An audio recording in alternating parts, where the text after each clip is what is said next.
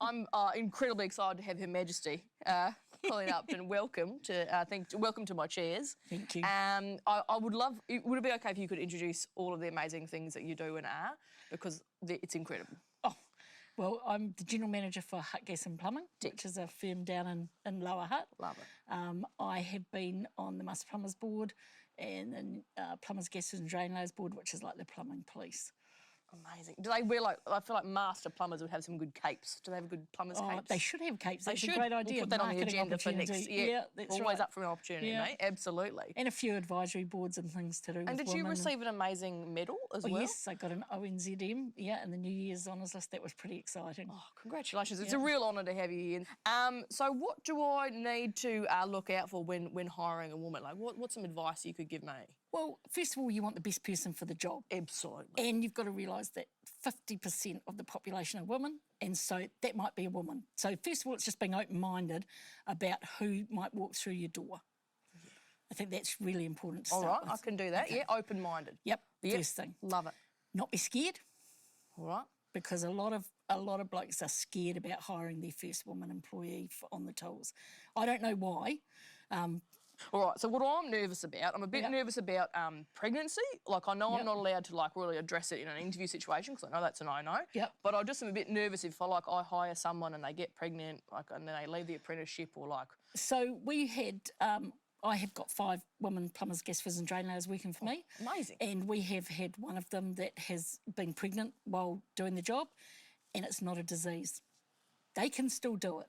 So what you need to think about is taking advice from the midwife, because everyone's pregnancy is different. Sure. So Shelley, who was our one of our first females that we took on the tools, she worked through till 7.5 months pregnant, doing plumbing and gas fitting. Yep. Wow. And at that stage, the midwife said, time to call it quits. Yeah. Now, the whole thing is... 7 months, that's got to be pretty... You're pretty out there. Yeah, wow. But she carried on. We just kept... saying you're okay and making sure that everything was safe. But again, women get pregnant, it's part of life. Now, there's no reason why, and trades are flexible, that you can't, if they're an apprentice, you can put the apprenticeship on hold until they come back. Or, like, I would be keen to have women that have had babies, and we have got, some of ours are mothers, but you can tailor that job around school hours and school holidays. No reason why a plumber couldn't come and work from 9 till 3. We are so busy. You just tailor the jobs around that. Well, I guess a lot of your clients would be female as well, right? And they'll be at home because their kids are at school, so probably actually that might match up quite well with the customers, eh? Oh, from a marketing point of view, having women tradespeople is fantastic. Really? So women at home with kids feel more comfortable. Now, whether that's right or wrong, it's just how it is. Yeah. They will ask them questions that they often don't feel safe or asking the male plumbers because they don't want to look dumb. So we find that when we send our women plumbers and gas fitters in, the homeowner will often ask them questions, just some maybe technical things or how it works. They will approach them. So from a marketing point of view for a business, brilliant. And look, the whole thing about having women and men is that diversity, and it strengthens your business, absolutely. So they just look at things differently. So we had a situation where one of our female gas fitters had put a gas heater in, and the customer rang me. She said, I came home and I found your gas fitter sitting at my table. And you go, oh yeah, what's coming next, And she was sitting there because saying that if you could see any of the valves and things at the back of the heater. Oh, so that's an eye for detail that I wouldn't think of. No, absolutely. Yeah. Or they'll put the towels and things back in the hot water cupboard. Now, some of the guys don't feel comfortable doing that because of programs like Target. Yeah, I'm only laughing because I just know a couple of my young fellas might just forget a bit of that. That's right, with Target and things.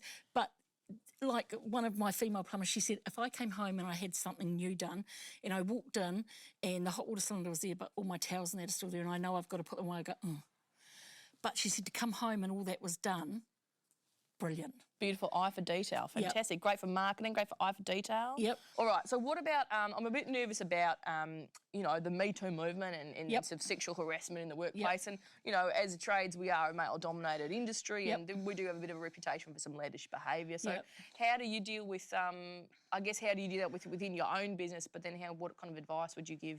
Male or female, they've come to learn a trade and do a job. So you do need to have a culture in your workplace. Like, we don't have nude calendars and things like that because I'm not putting up with that. And so I think in this day and age, customers wouldn't came to your business, they don't want to see stuff like that either. So I think you do have to make sure that sort of stuff's cleaned out. You do have to set up a culture in your business about mutual respect, and you don't treat anyone in a way that's inappropriate. So it's not knocking out the jokes and things like that. These women that are coming into trades, they have a understanding that there is banter and there's those sort of things, but that's okay, because that's part of the industry, but it's not when it steps over to being inappropriate. You just knock that out. And that could be really clear. And you just stop it. Like just just not acceptable. Don't put up with it. And what happens is once you start getting women, it becomes normalised in your business. It's checked anyway. And look, tradesmen are actually pretty respectful kind of guys. Unlike unlike what we see with these lawyers and things like that, it's been all over the news, you know, our guys are streets ahead of that. Oh, that's a really good point. Yeah, it's not just the trade, it's a society-wide. Well, it's a perception that tradesmen are, you know, laddish, and they are sometimes laddish, but that doesn't mean they're inappropriate. All right, so if something goes a bit pear-shaped, where can I turn to as an employer to kind of get support? Okay, so if you belong to a professional association, like we have Master Plumbers, we have an HR person there we can ring. There's National Association of Women in Construction that, you know, work with women in construction, so you could ring them for some advice. I guess push came to shove, you could always go to your lawyer, but